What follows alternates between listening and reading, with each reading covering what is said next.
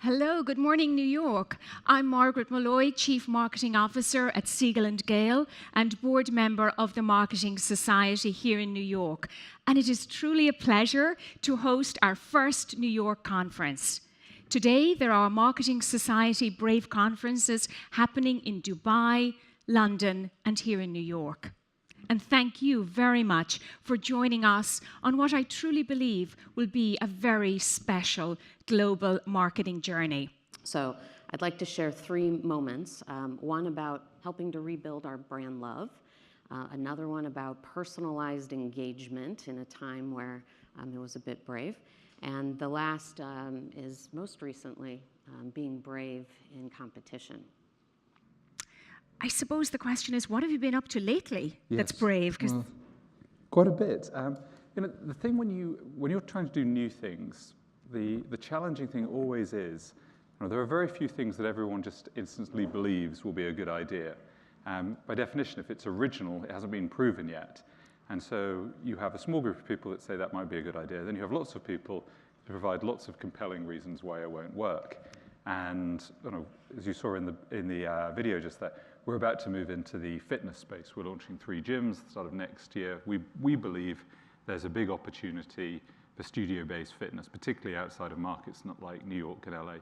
If I'm right, everyone will say, wow, that was brilliant, genius, well done.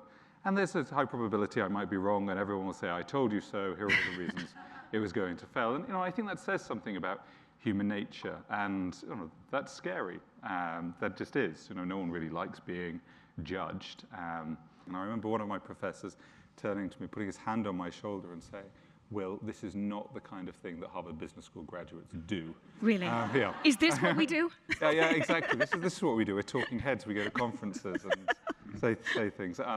But he was kind of being sincere. He said, you should get yourself a job as a management consultant or something. And I think, building on what I was just saying about there are always lots of naysayers out there, it can be particularly challenging when there are lots of people that would consider themselves experts. And joking aside, most Harvard Business School professors are there for good reasons. And so when there's a lot of people that spend their lives studying businesses telling you this is a bad idea, it's hard to tune those voices out completely. The idea that people would want to do an event that wasn't timed, that was about teamwork and camaraderie, that involved running in the mud and getting zapped with electricity, just didn't fit into their framework of, I get it. This is going to be the Groupon of mud, right? It just didn't. So against that backdrop, how did you keep going? Where did the conviction come from? Yeah, I think this idea that bravery is somehow about overcoming fears is perhaps slightly misplaced, because I don't think, rarely in life do you truly overcome a fear and it's just kind of gone and disappears into the rearview mirror. I think it's really a matter of managing it. And for me, I didn't say, I know they're wrong, I know I'm right, because I didn't know I was right. I had an idea, it was a hypothesis, that's all it was. And I said, the only real way to prove this is to put on an event and see whether someone shows up or not. That's really the only data that really will convince anyone, myself included, of this. And I think, I really started by saying, well, what if I'm wrong?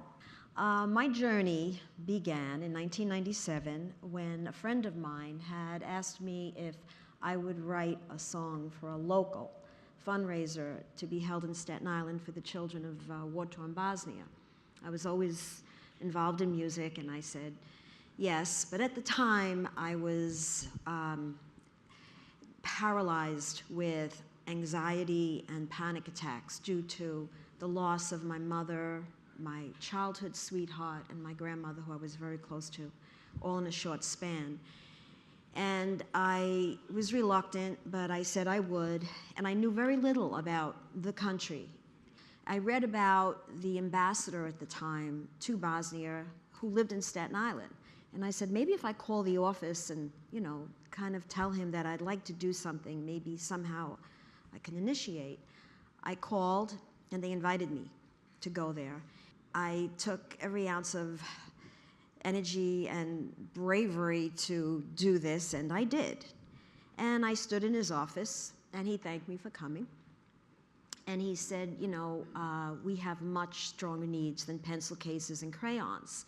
And he reached in his drawer, and he he handed me this letter with a picture of this 11-year-old boy at the time asking for 2 new arms and a leg.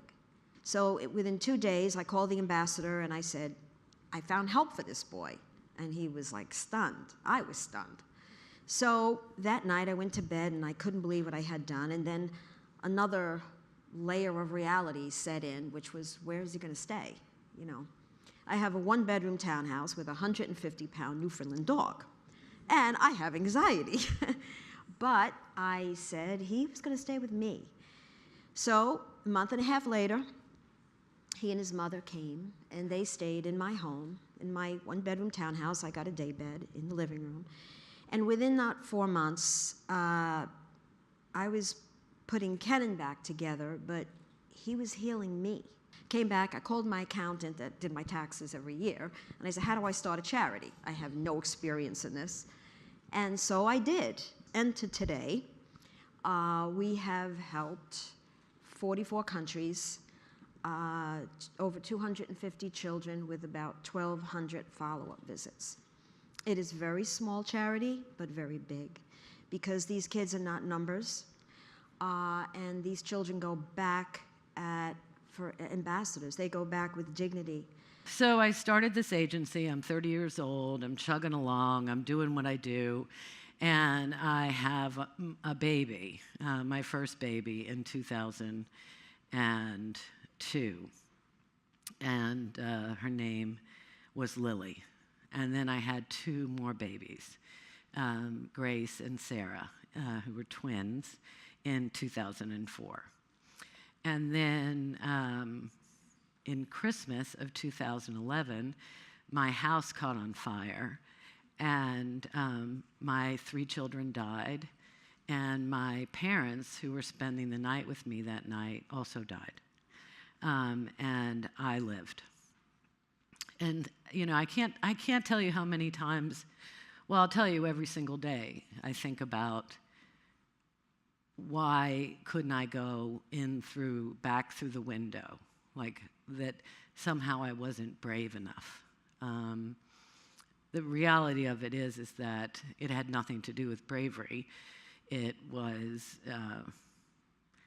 I couldn't make my own body walk through a fire, or walk through the smoke and the fire. And unless you've been in a fire, it's kind of almost impossible.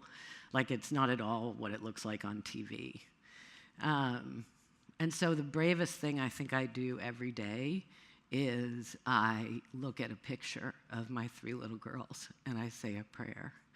And that takes so much courage for me to do. So anyway, I took a year off and went into all kinds of, people thought I was going crazy, and I went into mental, and all these things happened. And essentially, I came back to work. So that was the beginning of the conundrum that led to Women Not Objects. So we started digging, and we started digging, and we started digging. And what we discovered was the objectification of women.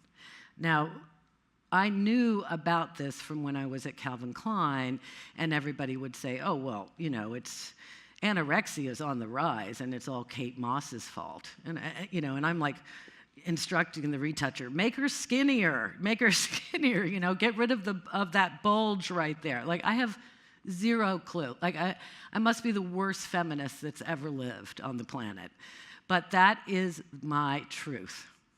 My 3 little girls woke me up in many, many ways to empowerment.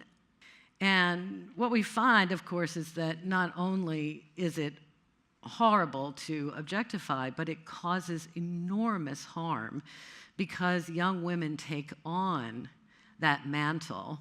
They self-objectify, and suddenly they're filled with shame because they can never measure up. So the more I learned about this, the more I learned that 1 in 4 7-year-old little girls, have already been on a diet in this country. And something like 80% of preteen girls would rather get cancer than be fat. So I wanted to do something. I wanted to do something because I'm here, and I wanted to make a difference.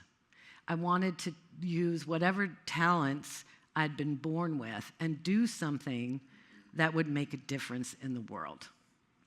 And so Jim and I decided that we would make a proclamation that we would never objectify another woman or a man ever again,